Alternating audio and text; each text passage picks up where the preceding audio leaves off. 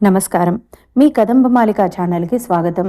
దయచేసి మా ఛానల్ని సబ్స్క్రైబ్ చేసుకొని లైక్ చేసి షేర్ చేయండి.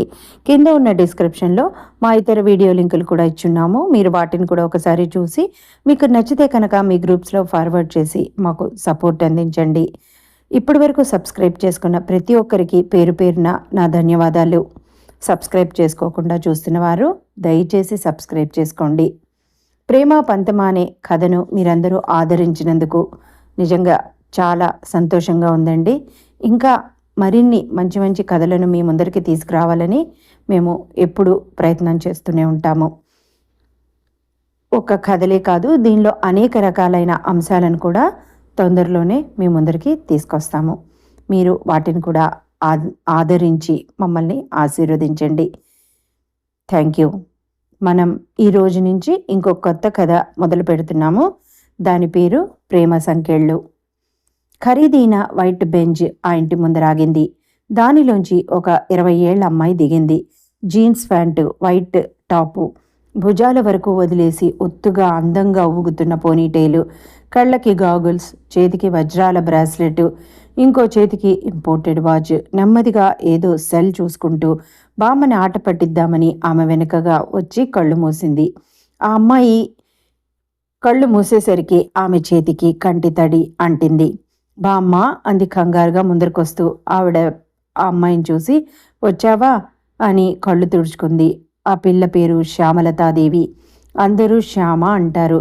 ఎస్ఎల్ గ్రూప్స్ అండ్ ఇండస్ట్రీస్కి ఏకైక వారసురాలు. అత్యంత ధనిక కుటుంబాల్లో వాళ్ళది కూడా ఒకటి. సుఖవంతమైన జీవితం, ఆరోగ్యకరమైన వాతావరణంలో అన్ని మోరల్ వాల్యూస్తో పెరిగిన అమ్మాయి.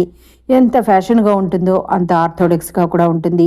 కంపెనీలో ఎంత అథారిటీతో ఉంటుందో, దయగలిగితే అంత ఉదారంగా కూడా ఉంటుంది. అతి చిన్న వయసులోనే MBA పూర్తి చేసిన ఘనత ఆమెకి ఉంది. కరాటేలో ప్రత్యేకమైన బ్లాక్ బెల్ట్ సంపాదించింది. ఆమె ఉన్న చోట అంతా సంతోషమే, అందరూ ఆనందమే. బోర్డ్ ఆఫ్ డైరెక్టర్స్తో తండ్రితో సమానంగా సలహాలు ఇచ్చి వారి హైఫై పార్టీస్కి వెళ్ళే అమ్మాయి. గేటు దగ్గర ఉన్న వాచ్మెన్ ఇంట్లోకి కూడా వెళ్ళి వాళ్లతో సమానంగా వాళ్ళు తినే ఆహారాన్ని కింద నేల మీద కూర్చొని కలివిడిగా తింటుంది. ఆమె మనస్తత్వం అది. ఎవ్వరిని చిన్న చూపు చూడదు, అలాని ఎవ్వరికి అతి చనువు ఇవ్వదు. ఆ అమ్మాయి లిమిట్స్ని చూసి ఆ అమ్మాయి దరిదాపులు రావడానికి కూడా అందరూ ఆలోచిస్తారు. అంత మంచి అమ్మాయి. ఆమె అపూర్వం, అందరికీ దొరకని ఆణిముత్యం. ఎవరికి సొంతమవుతుందో చూడాలి మరి. బామ్మ ఏమైంది అంది. అబ్బే ఏం లేదమ్మా, ఏదో గుర్తొచ్చి అని కళ్ళు తుడుచుకుంది బామ్మ. ఆమె అనసూయమ్మ గారు, శ్యామకి బామ్మ. ఆమె కొడుకు రాజశేఖర్, కోడలు మాలిని. కోడలు 10 ఏళ్ల క్రిందటే చనిపోయింది. ఆయనకి మళ్ళీ పెళ్లి చేసుకోమంటే, నా భార్య స్థానం ఇంకెవరికి ఇవ్వలేను, నా హృదయంలో నా భార్య తప్ప ఇంకెవరికి ప్రేమ పంచలేను అని చెప్పి ఆయన పెళ్లి చేసుకోలేదు. తల్లిని కూతుర్ని చాలా జాగ్రత్తగా చూసుకుంటూ గడిపేస్తారు. ఆయనకి శ్యామ అంటే పంచప్రాణాలు. బామ్మ చెప్పు ఏమైంది అంది శ్యామ బామ్మను కుదుపుతూ. ఏదో ఆలోచనలో మునిపోయిన బామ్మ తేరుకొని, ఏం లేదురా, టిఫిన్ తిందుగానరా అంది. ఆవిడ లేవబోతుంటే వెళ్ళనీయకుండా ఆపి, చెప్పు బామ్మ అంది. బామ్మ ఆ రోజులోనే తన పక్కింటి అబ్బాయి ఫణిభూషణ్ణి ప్రేమించి పెళ్లి చేసుకుంది.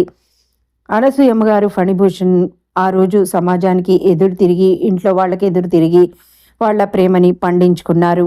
వాళ్ళ అదృష్టం, వాళ్ళు ఎక్కడా బాధపడలేదు. ఆమెను పెళ్లి చేసుకున్న వెంటనే ఫణిభూషణ్ రావు గారికి మంచి ఉద్యోగం వచ్చింది.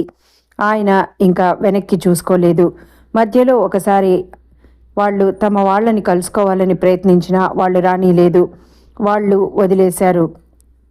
వాళ్ళ ఆనందకరమైన జీవితాన్ని వాళ్ళు సాగించారు. మనవరాలు పుట్టాక 5 సంవత్సరాలకి ఆయన హార్ట్అటాక్తో పోయారు. ఆయన పోయిన 5 సంవత్సరాలకి కోడలు క్యాన్సర్తో పోయింది. ఇది ఆ కుటుంబ కథ వ్యధ.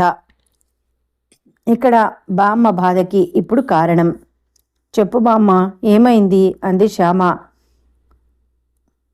ఆవిడ దిండు కింద నుంచి ఒక లెటర్ తీసి ఇచ్చింది. శ్యామ తీసుకుని చదవటం ప్రారంభించింది. ప్రియమైన అనసూయకి, నీ స్నేహితురాలు రాధాబాయి రాయనది.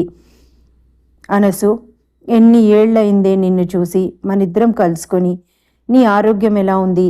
రాజా మనవరాలు కులాసాగా ఉన్నారా? నా ఆరోగ్యం సరిగ్గా లేదే. బహుశా ఈ ప్రాణం ఎప్పుడు పోతుందో కూడా చెప్పలేను. ఈ ఉత్తరం తడవలుగా వారం నుంచి ఓపిక చేసుకుని బలవంతంగా రాస్తున్నాను. అన్నయ్య ఉంటే నాకు ఎంతో ధైర్యంగా ఉండేదే.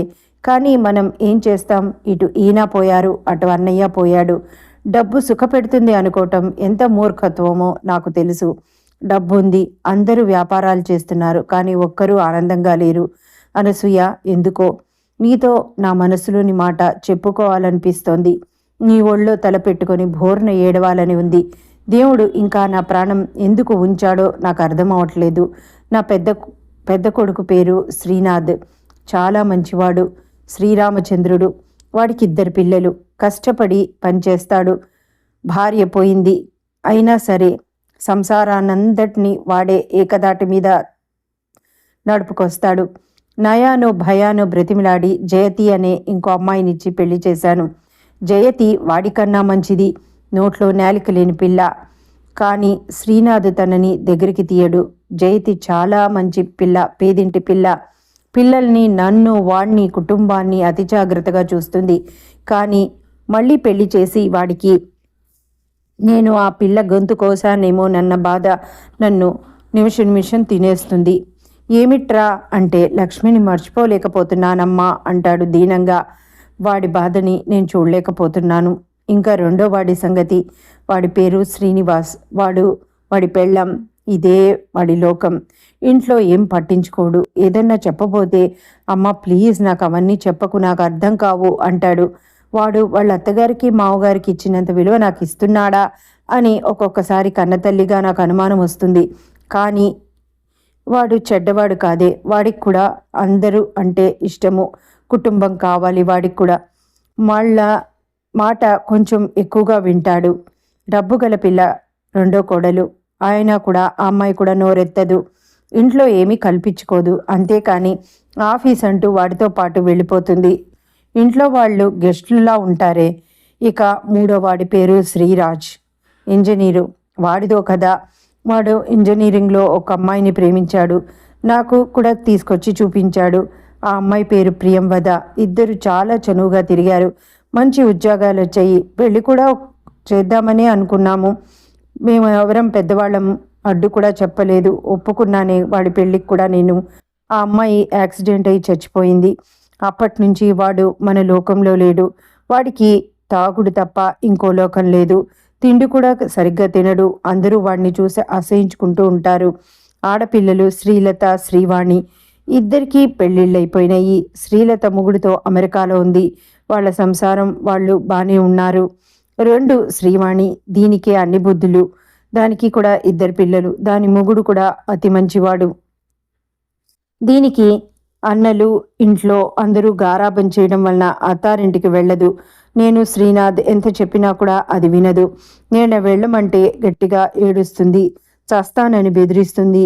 దాంతో విసిగి అల్లుడు కూడా ఏమీ అనలేక వచ్చి దాన్ని పిల్లల్ని చూసి వెళ్తూ ఉంటాడు. ఆ అబ్బాయి చాలా మంచివాడే. దానికే అన్ని వంకలు. దానికి మామ, అత్త గెట్టరు. వాళ్ళకి ఒక్కగానొక్క కొడుకు, ఒక కూతురు. ఎక్కడికి పోతారే పాపం వాళ్ళు. వెళ్ళమంటే అలా చెప్పటం మనకి ధర్మమా? మన ఇంట్లో పిల్లలు లేరా? నేను ఎంత నచ్చ చెప్పినా అది వినదు. ఇంకా ఇవన్నీ ఒక ఎత్తైతే, ఇంకోటి నా ప్రాణానికి నా ఆడబొడుచు. దాని పేరు వరలక్ష్మి. అందరూ వరమ్మ అంటారు. తంపులు పెట్టి తమాషా చూసే రకం. దానికి పిల్లలు, 3 పిల్లలు. మా నెత్తినే దాని పిల్లలు. అది దాని పిల్లల బాధ్యత కూడా మొదటి నుంచి మేమే మోస్తున్నాం. ఇంకా దాని కూతురు పేరు వనజ. రాజ్ని పెళ్లి చేసుకుందామని దానికి చాలా ఆశ. కానీ వాడు ఒప్పుకోలేదు. దాంతో అదో రకంగా ఇల్లు నరకం చేస్తుంది. కానీ పైకి కనిపించదు. దానికి 2 మగపిల్లలు. 2 వెధవలే. పెద్దవాడు మా రెండోవాడు వెంట తిరిగి వాడిని బోల్తా కొట్టిస్తూ ఏదో కాలం గడుపుకుంటూ ఉంటాడు. నేను చెబితే ఈ వెధవ వినడు. రెండోవాడు ఏదో చదువుతూ తగలెడుతున్నాడు. వాడు డిగ్రీ 3 సార్లు తప్పినా అదేదో ఘనకార్యం అనుకుంటుంది మా వరం. పొమ్మనలేము, ఉండమనలేము. దానికి మొగుడు పోయాడు. అత్తింటి వాళ్ళు రానీరు. మా ఆయన ఉండగానే ఇంట్లో చేరింది. అప్పటి నుంచి దాంతో ఇంత పెద్దదాన్నైనా కూడా వేగుతున్నానే. ఇదంతా నా కర్మ అనసూయ. నిన్ను చూడాలని ఉంది. ప్రపంచంలో అన్ని కష్టాలు నా ఇంట్లోనే ఉన్నాయా అని అనిపిస్తూ ఉంటుంది నాకు. ఇది ఒక సాలెగూడు, సమస్యల వలయం, అగ్నిగుండం. ఈ బాధ నీతో పంచుకుంటే అన్నా కొంచెం మనశ్శాంతి ఉంటుందని రాస్తున్నాను. నేనెందుకు బ్రతికి ఉన్నాను, దాని పరమార్థం ఏమిటో కూడా నాకు తెలియటం లేదు. అనసూయ, మనం ఎంత బాగా ఉండేవాళ్ళమే చిన్నప్పుడు. ఆ రోజులే వేరు, ఆ అనురాగాలే వేరు, ఆ ప్రేమలే వేరు. అనసూయ, అమ్మా నాన్నతోనే అన్ని పట్టింపులు పోయాయే. నువ్వన్నా నన్ను చూడటానికి రా. ఒక్కసారన్నా నిన్ను చూడాలని మనసు పీకుతోంది. నా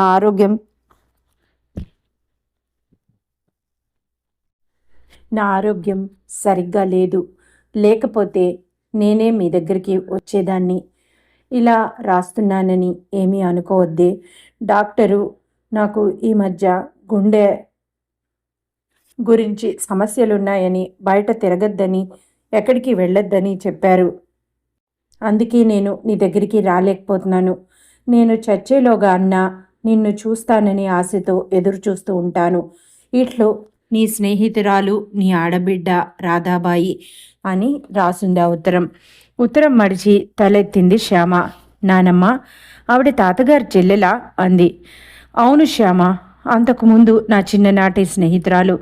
ఇద్దరం 2 జళ్ళు వేసుకొని, పరికిణి ఓణి వేసుకొని స్కూల్కి వెళ్ళేవాళ్ళం. దానిని తీసుకెళ్ళటానికి వచ్చిన మీ తాతగారితో పరిచయం ప్రేమగా మారింది. ఒకందుకు అదే మమ్మల్ని ఇద్దరిని కలిపింది అని అనుకోవడంలో తప్పు లేదు. బామ్మ, డోంట్ వరీ. అయితే ఆ ఇల్లు మనం బాగు చేద్దాం. చేసే బాధ్యత నాది అంది. ఎలా అంది అనసూయమ్మ. మిస్టర్ రాజ్ని నేను పెళ్లి చేసుకొని మిస్సెస్ రాజ్ను అవుతాను అంది శ్యామ. వాడెలాంటివాడో చూసావుగా, అది రాసిందిగా అంది. బామ్మ, నాకు నచ్చితేనే చేసుకుంటా, కానీ అందరినీ ఒక దారికి తేగలగాలి మనము. దానికి నీ సహకారము నాకు తప్పకుండా కావాలి అంది. మనం ఎవరో వాళ్ళకి తెలియదుగా అమ్మమ్మ. నీకు తెలిసిన అమ్మమ్మకి తెలిసిన ఫ్రెండ్ కూతురుగా నేను ఆ ఇంట్లోకి వెళ్తాలే అంది శ్యామ. వద్దమ్మా, అలాంటి పని చెయ్యొద్దు. మనం ఇప్పటి వరకు అలాంటి వాటి జోలికి నిన్నెప్పుడు పంపించలేదు. మీ నాన్న కూడా ఒప్పుకోడు.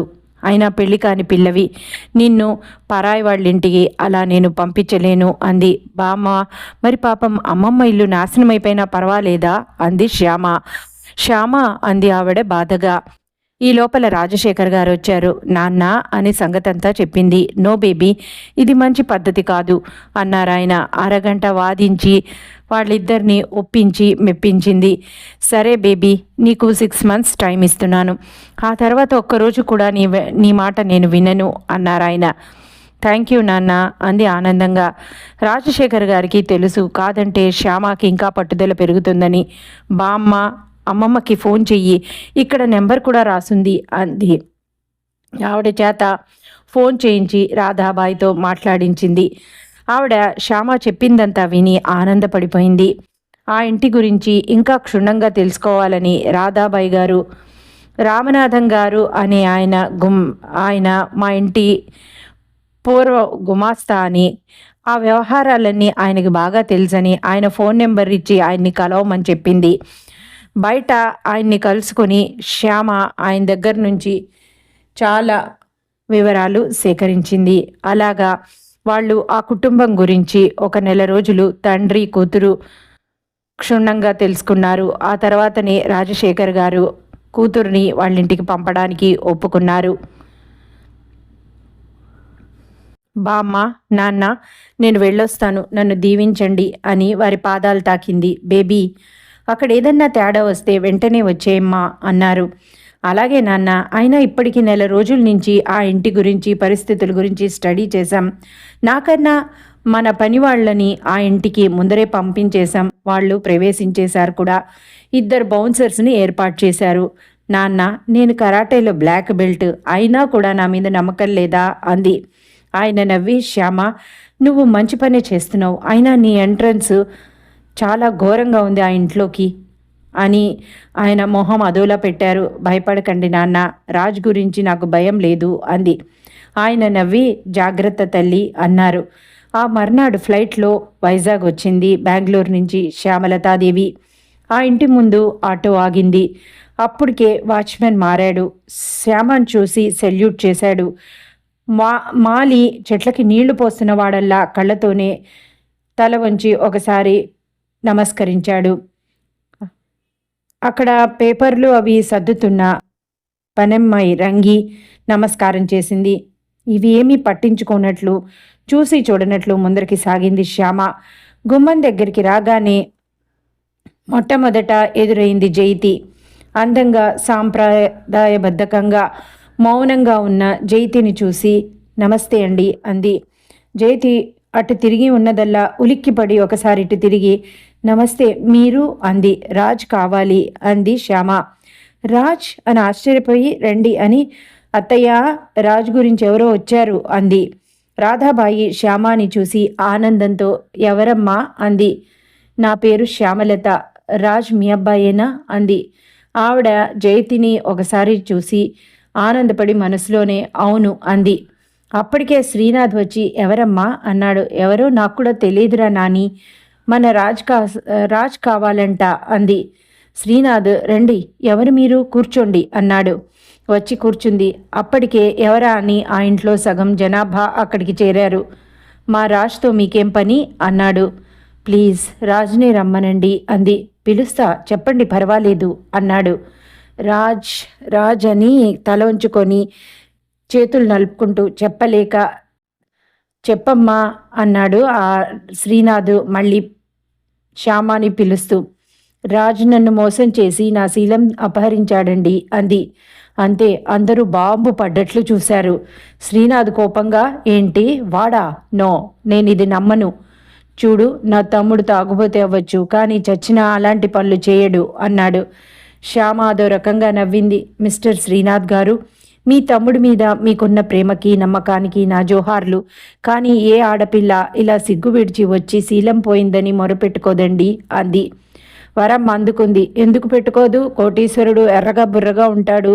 నువ్వే వాడిని మాయ చేసి ట్రాప్లోకి లాగాలేదని నమ్మకమేంటి అంది. అత్తయ్య అన్నాడు శ్రీనాథ్. ఆవిడ నోరు మూసుకొని పక్కగా నుంచొని చూస్తోంది. శ్రీను, వెళ్ళి రాజుని తీసుకురా అన్నాడు గంభీరంగా. శ్రీను వెళ్ళి వచ్చి అన్నయ్య వాడు వచ్చే పరిస్థితుల్లో లేడు అన్నాడు. చూసావా, రోజులో 3 వంతులు వాడు అలాగే ఉంటాడు. అలాంటి వాడు ఇంత పని చేస్తాడంటే నేను నమ్మను అన్నాడు శ్రీనాథ్. శ్రీనాథ్ గారు, మీ రాజ్ని ఆ పరిస్థితే నన్ను మీ ముందర ఇలా నిలబెట్టింది అంది. అంటే అన్నాడు. రాజు మొన్న హోటల్కి వచ్చారు. అక్కడ బార్లో తాగి రూమ్స్ వైపు వచ్చారు. నేను మా ఆఫీస్ పని మీద 208 రూమ్లో ఉన్నాను. అతను నా రూమ్లోకి గబాల్న తలుపు తోసుకొని వచ్చేశాడు. తలుపేసేసి నా దగ్గరికి వచ్చాడు. అవాక్కైన నేను అరవబోయాను. అతను ప్రియా ప్రియా అంటూ నా వెంట పడ్డాడు. నేనెంత వదులుచుకుందామన్నా అతను నన్ను వదల్లేదు. అతని బలం ముందు నా బలం సరిపోలేదు. ప్రియా, నన్ను వదిలి వెళ్ళిపోకు, ఇన్ని రోజులు ఎక్కడికి వెళ్ళావు అంటూ అమాంతం నా మీద అని ఇంకా ఏడ్చేసింది. అందరూ అవాక్కైపోయి చూశారు. మీ ముందరికి వచ్చి ఇలా చెప్పుకోవాల్సిన రోజు నా జీవితంలో ఒకటి ఉంటుందని, నా గురించి నేను నిరూపించుకోవాల్సి వస్తుందని నేను ఊహించలేదు. మీరు నాకు న్యాయం చేస్తారని మీ గురించి విని వచ్చాను. లేకపోతే నేను పోలీసుల్ని ఆశ్రయించేదాన్ని. ఎవరికి ఏం మాట్లాడాలో తెలియలేదు. రాధాబాయి, ఛీ, నా కొడుకు ఇలా తయారవుతాడని నేను అనుకోలేదు అని శ్రీను రాజ్ ఏ పరిస్థితిలో ఉన్నా సరే వాడిని ఈడ్చుకురా అంది. అమ్మా అన్నాడు శ్రీనాథ్ ఏదో చెప్పబోతూ. కోపంగా చూసింది వాళ్ళని రాధాబాయి. ఇంకందరూ మౌనం వహించారు. శ్రీను రాజ్ దగ్గరికి వెళ్ళాడు. తమ్ముణ్ణి చూసి కోపం, జాలి, బాధ అన్నీ వేశాయి అతనికి. రాజ్ అన్నాడు. నువ్వా ఏంటి అన్నాడు రాజు మత్తుగా. ఎందుకు ఈ పని చేశావు అన్నాడు. రోజు చేస్తోందేగా అన్నాడు. బాటిల్ చేతిలో ఉన్న బాటిల్ రాజు చూపిస్తూ. ఈ మైకంలో నువ్వు ఒక అమ్మాయిని మానభంగం చేశావు, స్పృహలోకి రాయికనైనా అన్నాడు శ్రీను గట్టిగా. What nonsense are you talking brother అన్నాడు. రా, ఆ అమ్మాయి హాల్లో ఉందిరా అన్నాడు. తమ్ముడిని నడిపించుకుంటూ వచ్చాడు లేపిచ్చి. తూల్తూ అన్నని ఆధారం చేసుకొని రాజు హాల్లోకి వచ్చాడు. శ్యామ అతన్ని చూసి వావ్, చాలా బాగున్నాడు అని అనుకుంది మనసులో. రాధాబాయి, రాజ్, ఇది నిజమేనా అంది. ఏది అన్నాడు. నువ్వు ఈ అమ్మాయిని పాడు చేశావని చెప్తోంది ఈ అమ్మాయి అంది. వాట్ అన్నాడు. ఆవిడ ఈడ్చి చెంప మీద కొట్టింది. తూలి పడబోయాడు. అమ్మా అన్నాడు శ్రీనాథ్. శ్రీనాథ్కి రాజ్ అంటే చాలా ఇష్టం. చిన్నవాడని, మంచివాడని, చురుకైన వాడని. కళ్ళు మూసి తెరిచి సారీ రాజ్ అని అనుకుంది లోపల శ్యామ. ఒక్క తోపు తోసింది శ్యామ మీదకి రాజ్ని. శ్యామ పట్టుకుంది పడిపోకుండా. కళ్ళు విదిల్చుకొని తల అటు ఇటు విదిల్చి ఎవరు మీరు అన్నాడు. రాజ్ అంది గుండెలో తల పెట్టుకొని ఏడుస్తూ. రాజ్ని కౌగులించుకుంది గట్టిగా. అంతా మొత్తులోనూ 2 భుజాల మీద చేతులు వేసి దూరంగా నుంచోపెట్టి మీరెవ్వరు అన్నాడు. రాజ్ నేను శ్యామని అంది. శ్యామానా? శ్యామ ఎవరు అన్నాడు. రాజు మొన్న మీరు హోటల్కి వచ్చారా లేదా అంది. వచ్చాను అన్నాడు ఎర్రబడ్డ కళ్ళతో. నువ్వు తాగావా లేదా అంది. తాగాను. అయితే అన్నాడు ప్రశ్నార్థకంగా. రూమ్స్ వైపు వచ్చావా లేదా అంది. వచ్చాను అన్నాడు. అందరినీ చూసింది శ్యామ. శ్రీనాథ్ కోపంగా రాజు ఎందుకు వెళ్ళావు అటువైపు అన్నాడు. నా ఫ్రెండ్ భాస్కర్ కోసం వెళ్ళాను, వాడు నేను అని ఆగిపోయాడు రాజ్. భాస్కర్ది 209, నాది 208. నువ్వు నా రూమ్లోకి వచ్చి ప్రియా ప్రియా అంటూ నా మీద పడి అని ఏడ్చేసింది. నో నో, నేను ఇది నమ్మను, నేను అలాంటి పనులు చెయ్యను అన్నాడు రాజ్. అంటే రాజ్ నేను అబద్ధాలు చెప్తున్నానా అంది. శ్రీనాథ్ని చూసి నేనేం చేయలేదు అన్నాడు రాజ్. సరే రాజ్, నేను అబద్ధం చెప్పినా హోటల్ వారు అబద్ధం చెప్పరు కదా. శ్రీనాథ్ గారు హోటల్కి ఫోన్ చేసి నేను ఏ రూమ్లో ఉన్నాను, వాళ్ళ ఫ్రెండ్ ఏ రూమ్లో ఉన్నారు భాస్కర్ గారు ఒకసారి అడగండి అంది శ్రీనాథ్. శ్రీనాథ్ హోటల్కి ఫోన్ చేశాడు. వాళ్ళు నిజమే అని తెలిపారు. మీరు ఏ డాక్టర్ దగ్గరికి రమ్మంటే ఆ డాక్టర్ దగ్గరికి వస్తాను, కలుద్దాం, మీరు నన్ను అన్ని రకాలుగా టెస్ట్ చేయించుకోవచ్చు అంది. అందరూ అవాక్కైపోయారు. శ్రీనాథ్ తేరుకొని రాజ్ ఏంటిది, ఈ మాట బయటికి వెళ్తే మన పేరు ఏం కావాలి అన్నాడు. అయినా చచ్చిన అమ్మాయిని తలుచుకొని తాగటాలేంటి, గొడవేంటి అంది వరమ్మ. తీక్షణంగా చూశాడు రాజ్. రాధాబాయిని చూసి అమ్మా, నేను తాగిన మాట నిజమే, కానీ నేను ఎలాంటి చెడ్డ పనులు చేయలేదు అన్నాడు రాజ్. నేను అనాథని, దయచేసి నన్ను కాదనుకు. ఏదో చిన్న ఉద్యోగం చేసుకొని బ్రతుకుతున్నాను. చిన్నప్పటి నుంచి అనాథలా ఎన్నో కష్టాలు పడ్డాను. నీ వలన నా లైఫ్ గాడ్ అనేసి అందే అమ్మాయి. రాజ్కి కొంచెం తెరిపి వచ్చింది. శ్యామాన్ చూశాడు. ఎక్కడ చూసిన గుర్తు కానీ ఆమెని కలుసుకున్న ఆనవాళ్ళు కానీ లేదు. చూడండి, నా వలన మీ లైఫ్ పాడైందంటున్నారు. నేను మిమ్మల్ని జీవితంలో చూడడం ఇదే మొట్టమొదటిసారి అన్నాడు శ్యామాని అనుమానంగా చూస్తూ. శ్యామ ఏడుస్తూ రాజు చేయి పట్టుకొని చుట్టూ చూసింది. అక్కడ ఒక గది తలుపులు తెరిచి ఉన్నాయి. గబగబా అతన్ని ఆ లోపలికి తీసుకెళ్ళిపోయింది. అందరూ ఆశ్చర్యపోయారు. తలుపేసింది. రాజ్కి కూడా నోట మాట రాలేదు. శారీ పిన్ను తీసి పవిట తీసింది. వాట్ ఆర్ యూ డూయింగ్ అని పక్కకి తిరిగిపోయాడు అతను. శ్యామ రాజ్ని తన వైపుకు తిప్పుకుంది. చూడండి అని జాకెట్ కొంచెం పక్కకి తప్పించి చూపించింది. అక్కడ రాజ్ నేను చెప్పేది వినండి అని అక్కడ చూపించింది. చూపిస్తే అక్కడ తన గోటి గుర్తులు, పంటి ఘాట్లు ఉన్నాయి. అవన్నీ చూసి రాజ్కి మతిపోయింది. జాకెట్ భుజాల మీదకి జరుపుకుంటూ సరిగ్గా చూసారా, ఇవన్నీ మీరు చేసిన గాయాలు అంది. మతిపోయిన వాడిలా చూస్తున్నాడు రాజ్. నన్ను ఏ డాక్టర్తో టెస్ట్ చేయించుకున్నా పర్వాలేదు, చేయించుకోండి. నో నో అని 2 చేతులతో తల గట్టిగా పట్టుకొని కూర్చున్నాడు అక్కడ. తలనొప్పిగా ఉంది అతనికి. శ్యామాని చూసి ఐ కాంట్ బిలీవ్ దిస్ అన్నాడు. రాజ్ మీరెవరో కూడా నాకు తెలియదు, మీ ప్రియా ఎవరో అంతకన్నా తెలియదు. చివ్వున తలెత్తాడు రాజ్. మీరు ఆ రోజు ప్రియా ప్రియా అని నేనెంత చెప్తున్నా వినకుండా అని అతని కాళ్ల దగ్గర కూర్చొని మోకాళ్ల మీద తల పెట్టుకొని పెద్దగా ఏడ్చేసింది. శ్యామని పిచ్చివాళ్లా చూస్తున్నాడు రాజ్. శ్యామ 2 చేతులు పట్టుకుంది Rajvi. I can't understand you మీరు నేను చెప్తున్నారో కూడా నాకు అర్థం అవట్లేదు అని అన్నాడు అయోమయంగా, బాధగా. ప్రియా మీద ఉన్న ఫీలింగ్స్ నన్ను చూడగానే బయటకు వచ్చినట్టున్నాయి. రాజ్, నన్ను అన్యాయం చేయొద్దు, కావాలంటే నన్ను ఎప్పుడు తాకద్దు. నేను అంతే, మీ జోలికి రాను, మీ లైఫ్లో పట్టించుకోను. కానీ నా మెళ్ళో ఒక పసుపుకు తాడు కట్టండి, మీ భార్య అని ఈ అనాథకి ఒక విలువనివ్వండి అంది. అక్కడ అతని పాదాలు పట్టుకొని ఏడ్చేసింది. కానీ హౌ ఇట్ ఈజ్ పాసిబుల్? నా ప్రియాని నేను ఇంకొకరితో ఎలా ఊహించాను? నేను అంత కంట్రోల్ ఎలా తప్పాను అన్నాడు ఏడుస్తూ అతను కూడా. రాజు, మీరు తప్పలేదు, మీ తాగుడు మిమ్మల్ని తప్పించింది. పర్యవసానం మీ ముందర నిల్చున్న నేనే దానికి సాక్ష్యం. ప్లీజ్, నేను ఇలా వెళ్తే నన్ను ఎవరు రానీరు, నాకు ఆత్మహత్య గతి అంది. నో నో, నాకేం తోచడం లేదు నాకు అని తల పట్టేసుకున్నాడు అతను. రాజ్, ప్లీజ్, నేను మిమ్మల్ని ఏం కోరను, ఒక పసుపు తాడు మెళ్ళో వెయ్యండి చాలు అంది. చూడండి, ఇది ఎలా జరుగుతుందో నాకు అసలేం అర్థం అవట్లేదు. ప్లీజ్, నేను అలాంటి వాణ్ణి మాత్రం కాదు. ఇన్నాళ్ళు కదిలించని నా ప్రియా మరణం నన్ను ఇంతలా బలహీనుణ్ణి చేసిందంటే నా మీద నాకే అసహ్యంగా ఉంది. But I'm not interested in marriage. Please try to understand me అన్నాడు. Raj, I know that. మీకు ఆ భయాలేం వద్దు. మీ లైఫ్లోకి నేను జస్ట్ ఒక స్నేహితురాలుగా మాత్రమే వస్తున్నాను. మీ అంతట మీరు నన్ను కోరితే తప్ప నేను నా లిమిట్స్ ఎప్పుడూ క్రాస్ చేయను. మీ పాదాల మీద ప్రామిస్ చేసి చెప్తున్నాను అంది అతని పాదాలు తాకి. రాజ్ ముఖం సీరియస్గా అయింది. ఇదండి ఇప్పటి వరకు. ఆ తర్వాత రాజ్ శ్యామాని పెళ్లి చేసుకుంటాడా, ఆ తర్వాత ఏం జరగబోతుందని ఈ కథ చాలా ఆసక్తికరంగా ఉంటుంది. దయచేసి మా కథని సబ్స్క్రైబ్ చేసుకొని లైక్ చేసి మీ కామెంట్స్ అన్నీ కూడా కామెంట్ సెక్షన్లో మాకు తెలియపరచండి. Thank you.